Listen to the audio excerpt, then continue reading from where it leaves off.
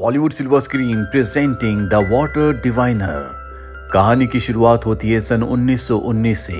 ये वो वक्त है जब वर्ल्ड वॉर वन खत्म हो चुका है। सभी देश अब पूरी तरह से शांत है।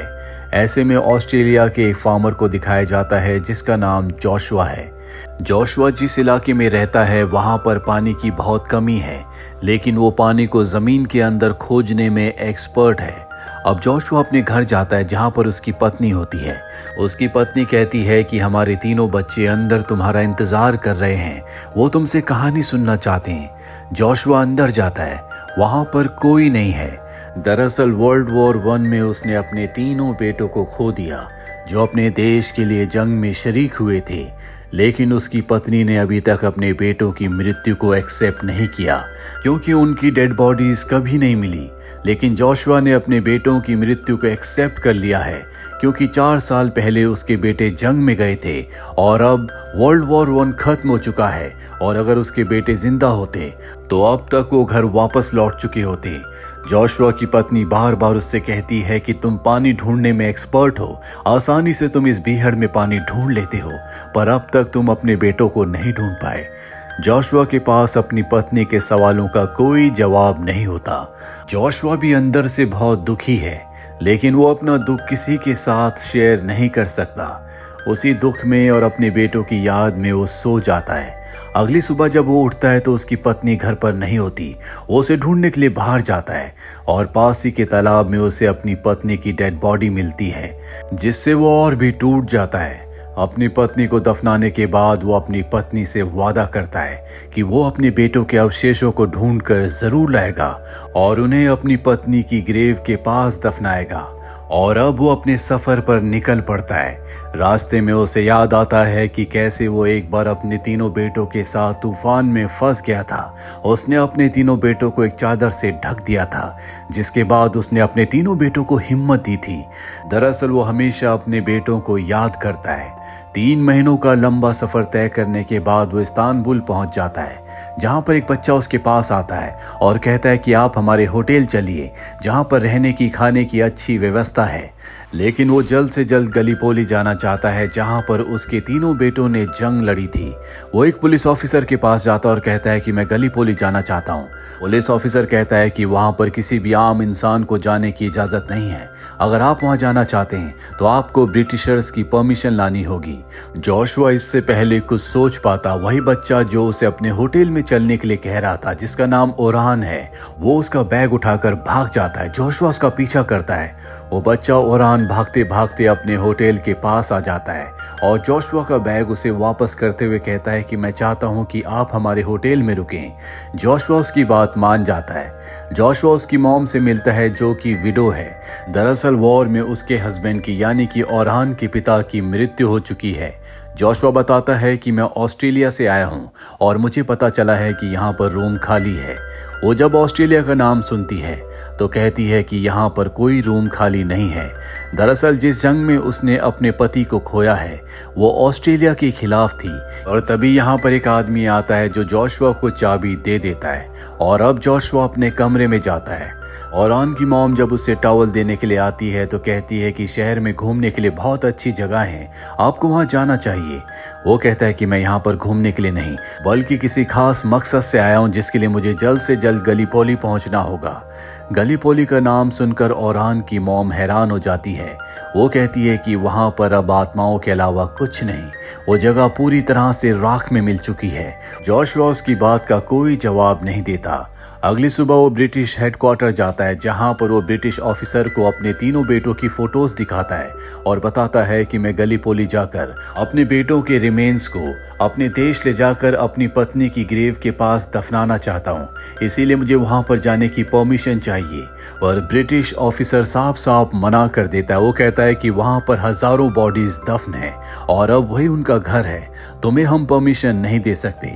दरअसल वर्ल्ड वॉर वन में 2 अलग अलग देशों के ग्रुप्स थे और ऑस्ट्रेलिया ब्रिटेन के ग्रुप के साथ शामिल था, इसीलिए उसे ब्रिटिश ऑफिसर की परमिशन की जरूरत है, तभी वो गलीपोली जा सकता है। पर अब जबकि उसे परमिशन नहीं मिली, इसीलिए निराश होकर वो होटल वापस आ जाता है। साथ ही पूरे शहर में ब्रिटिशर्स के खिलाफ लोग रैली निकाल रहे होते हैं, नारेबाजी कर रहे होते हैं, क्योंकि वर्ल्ड वॉर वन में हर किसी ने किसी न किसी को खोया है, इसीलिए उनके दिल में ब्रिटिशर्स के लिए नफरत है। वहीं हमें जोशुआ को दिखाया जाता है, जिससे ओरान के ग्रैंडफादर उसकी पत्नी के बारे में पूछते हैं। वो कहता है कि मेरी पत्नी इस दुनिया में नहीं है। ओरान की मॉम भी वहीं पर होती है। वो जोशुआ से पूछती है, और तुम्हारे बच्चे? जोशुआ इस बात का कोई जवाब नहीं देता। वो समझ जाती है कि उसके साथ कुछ न कुछ गलत हुआ है। वो बताती है कि अगर तुम गलीपोली जाना चाहते हो तो तुम्हें किसी फिशरमैन को ढूंढना चाहिए जो तुम्हें कुछ पैसों के बदले गलीपोली छोड़ सकता है। वो उसका शुक्रिया अदा करता है और अपना सामान लेकर होटल से निकल जाता है। जब वो जा रहा होता है, ओरान उसके पीछे भागता हुआ आता है और जोशुआ को एक फोटो देते हुए कहता है कि ये मेरे पिता की फोटो है, जो कुछ साल पहले गलीपोली जंग पर गए थे, पर वो कभी घर लौटकर वापस नहीं आए। अगर तुम्हें मेरे पिता मिले तो उन्हें अपने साथ घर ले आना। जोशुआ को समझ में आ जाता है कि ओरान के पिता भी जंग में शहीद हो चुके हैं। उसकी मॉम विडो है और शायद इसीलिए वो ऑस्ट्रेलियन से, ब्रिटिशर से नफरत करती है।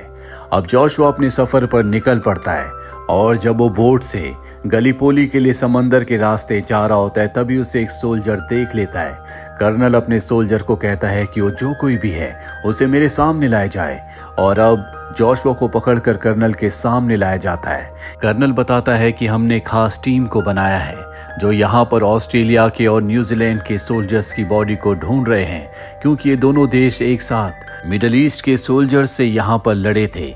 कर्नल कहता है कि अगर हमें तुम्हारे बेटों की निशानी मिली, हमें उनकी डेड बॉडीज मिली, तो हम वहां पर उनके नाम की एक प्लेट लगा देंगे। जोशुआ कहता है कि मुझे पता है कि मेरे बेटे आखिरी वक्त में कहां पर थे। वो मैप निकाल कर कर्नल को उस लोकेशन के बारे में बताना चाहता है, और जब वो मैप निकाल रहा होता है तो उसके बेटों की तस्वीर नीचे गिर जाती है। कर्नल उसके बेटों की तस्वीर देखकर उन तीनों को पहचान लेते हैं। वो जोशुआ से कहते हैं कि तुम वापस जाओ, अगर हमें कुछ पता चला तो हम तुम्हें इन्फॉर्म करेंगे। लेकिन जोशुआ वापस नहीं जाता, वो बीच पर ही बैठा रहता है। कर्नल अपने सोल्जर से कहता है कि उसे कंबल और खाने के लिए कुछ दे दो। यहाँ पर एक मेजर भी होता है जो कि टर्की का है। दरअसल वो यहाँ पर कर्नल की मदद के लिए आया है, क्योंकि वो इस पूरी लोकेशन को जानता है। हालांकि जंग के दौरान ये एक दूसरे के खिलाफ लड़े थे, और अब मेजर कर्नल से कहता है कि हमें जोशुआ की मदद करनी चाहिए, क्योंकि ये इकलौता फादर है जो अपने बच्चों को ढूंढने के लिए यहाँ पर आया है, और जहाँ पर उसके बच्चों ने जंग लड़ी थी, मुझे उस लोकेशन के बारे में पता है। मैं जानता हूँ कि उन्हें ढूंढना बहुत मुश्किल है, पर फिर भी हमें एक चांस लेना चाहिए। कर्नल मेजर की बात मान जाते हैं और अब जोशुआ को बुलाया जाता है और उसे उस जगह ले जाया जाता है जहां पर उसके बेटों ने जंग लड़ी थी। यहां पर हमें जंग के वक्त को दिखाया जाता है जहां पर जोशुआ के तीनों बेटे लड़ रहे होते हैं। तभी उसके एक बेटे आर्थर का पैर माइन पर आ जाता है। एक ब्लास्ट होता है जिससे वो जख्मी हो जाता है। उसके दोनों भाई उसे कवर फायर देने के लिए आते हैं और तभी दुश्मन गोलियों से उन्हें छलनी कर देते हैं, जिससे उसके दोनों बेटे शहीद हो जाते हैं। यहाँ पर जोशुआ के दोनों बेटों के अवशेष मिल जाते हैं। जोशुआ उन्हें देखना चाहता है, लेकिन कर्नल मना कर देते हैं।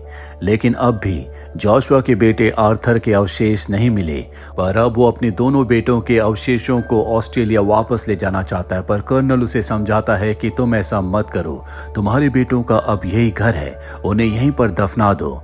वो कर्नल की बात मान जाता है और अपने दोनों बेटों को पूरे रीति रिवाजों के साथ वहां पर दफना देता है। रात को जोशुआ को सपना आता है कि उसका बेटा आर्थर जंग में शहीद नहीं हुआ था, वो अब भी जिंदा है।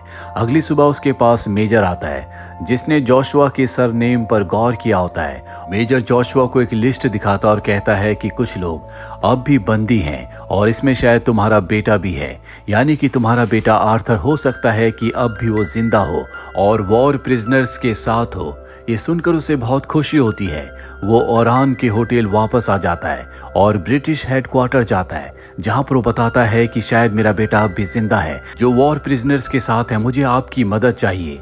लेकिन ब्रिटिश ऑफिसर उसकी कोई मदद नहीं करता। वो कहता है कि मैंने तुम्हें मना किया था कि तुम गलीपोली नहीं जा सकते, फिर भी तुम वहां पर गए। वो जोशुआ के पासपोर्ट को जब्त कर लेता और कहता है कि थर्सडे को मैं तुम्हारे पास आऊंगा और तुम्हें ऑस्ट्रेलिया वापस भेज दिया जाएगा। जोशुआ इसके बाद होटल वापस आ जाता है, जहां पर ओरान की मॉम अब उससे नफरत नहीं करती, क्योंकि उसे पता है कि जंग में उसने भी अपने बेटों को खोया है, जिस वजह से उसकी पत्नी ने भी अपने आप को खत्म कर लिया। वो उससे बहुत सारी बातें करती है और बताती है कि मेरे हस्बैंड भी जंग पर गए थे, जो कि शहीद हो चुके हैं, लेकिन मैं अब भी मानती हूँ कि वो जिंदा हैं, क्योंकि अगर मैंने मान लिया कि मेरे हस्बैंड अब इस दुनिया में नहीं रहे, तो उनका भाई जो हमारे साथ रहता है वो जबरदस्ती मुझसे शादी कर लेगा। दरअसल वो चाहता है कि किसी भी कीमत पर मैं उससे शादी के लिए हाँ कर दूं, पर मैं उससे शादी नहीं करना चाहती। जोशुआ को उसकी मजबूरी समझ में आ जाती है। अब अगले दिन ओरान की मॉम को उसके हस्बैंड का भाई जो उससे शादी करना चाहता है, वो उस पर हाथ उठा रहा होता है। तभी वहां पर जोशुआ पहुंच जाता है, जो उसे उठाकर फेंक देता है। वो कहता है कि मैं तुमसे बदला लूंगा। ओरान की मॉम भी जोशुआ पर गुस्सा हो जाती है। वो कहती है कि तुमने हालातों को और भी खराब कर दिया है, तुम हमारे होटल से चले जाओ।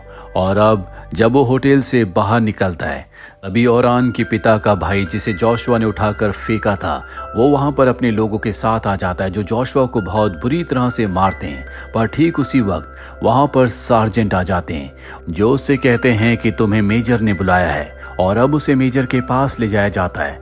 मेजर बताता है कि हमारे देश के ऊपर ग्रीक्स ने हमला किया है और अब वो हमारे देश के बहुत हिस्सों पर कब्जा कर चुके हैं। ब्रिटिशर्स हमारा इसमें कोई साथ नहीं दे रहे, इसीलिए खुद हम उनका मुकाबला करेंगे। अगली सुबह हम वहां के लिए निकलेंगे और मुझे पूरा विश्वास है कि तुम्हारा बेटा भी हमें वहां पर मिल सकता है, तुम भी हमारे साथ चल सकते हो। जोशुआ उनके साथ चलने के लिए तैयार हो जाता है, लेकिन फिलहाल वो होटल वापस आ जाता है, जहां पर वो ओरान की मॉम से मिलता है, जो उससे माफी मांगती है और कहती है कि तुम्हारा बैग जो यहाँ पर छूट गया था, मेरे बेटे ओरान ने उसे तुम्हारे कमरे में रख दिया है। दरअसल अब तक जोशुआ ओरान से बहुत करीब हो चुका है, उसने उसके साथ बहुत वक्त बिताया है। वो ओरान की मॉम से बहुत सारी बातें करता है। अगली सुबह यहाँ पर ब्रिटिश ऑफिसर आ जाता है, जो कि जोशुआ को ऑस्ट्रेलिया वापस भेजना चाहता है। और इससे पहले कि वो जोशुआ तक पहुँचते, ओरान की मॉम की मदद से वो यहाँ से भाग जाता है और मेजर के पास जाता है, जिसके बाद ये सब के सब ट्रेन से इस जगह से निकल जाते हैं। रास्ते में मेजर उसे एक बैट दिखाता और कहता है कि मुझे जंग के मैदान में मिला था, मुझे लगता है कि ये कोई हथियार है। जोशुआ बताता है कि ये हथियार नहीं है, बल्कि ये क्रिकेट खेलने का बैट है, इससे खेला जाता है। वो सार्जेंट को क्रिकेट के रूल्स बताता है। तब ये रास्ते में एक जलते हुए गांव को देखते हैं, समझ जाते हैं कि ग्रीक्स ने गांव के ऊपर हमला किया है और अब ग्रीक्स इनकी ट्रेन के ऊपर भी हमला कर देते हैं। सभी लोगों को मार दिया जाता है। मात्र 3 ही लोग यहाँ पर बचते हैं, जिसमें एक मेजर, एक सार्जेंट और एक जोशुआ होता है। जोशुआ क्योंकि ऑस्ट्रेलियन है, इसीलिए वो उससे बाद में निपटने का तय करते हैं, पर अब वो मेजर को मारना चाहते हैं। ग्रीक ऑफिसर मेजर को मारने वाला होता है कि जोशुआ बैट से उसके ऊपर हमला कर देता है। ये दोनों के दोनों यहाँ से भाग जाते हैं, पर सार्जेंट मारा जाता है। इसके बाद मेजर और जोशुआ भागकर एक टाउन में आ जाते हैं, जहां पर जोशुआ एक विंडमिल को देखता है और बार बार इस विंडमिल को उसने अपने सपनों में देखा था। वो समझ जाता है कि ये एक तरह का एक संकेत था कि उसका बेटा उसी जगह पर होगा जहां पर विंडमिल है। वो यहाँ के लोगों से अपने बेटे आर्थर के बारे में पूछता है। दरअसल अब इस टाउन के लोग सब के सब ग्रीक के डर से यहाँ से छोड़कर जा रहे होते हैं। वो बताते हैं कि जिसने इस विंडमिल को बनाया है वो चर्च में है। जोशुआ भागकर चर्च में जाता है, जहां पर उसके सामने उसका बेटा आर्थर होता है, जो अपने पिता जोशुआ को देखकर बहुत खुश हो जाता है। दरअसल वो एक गहरे सदमे में होता है।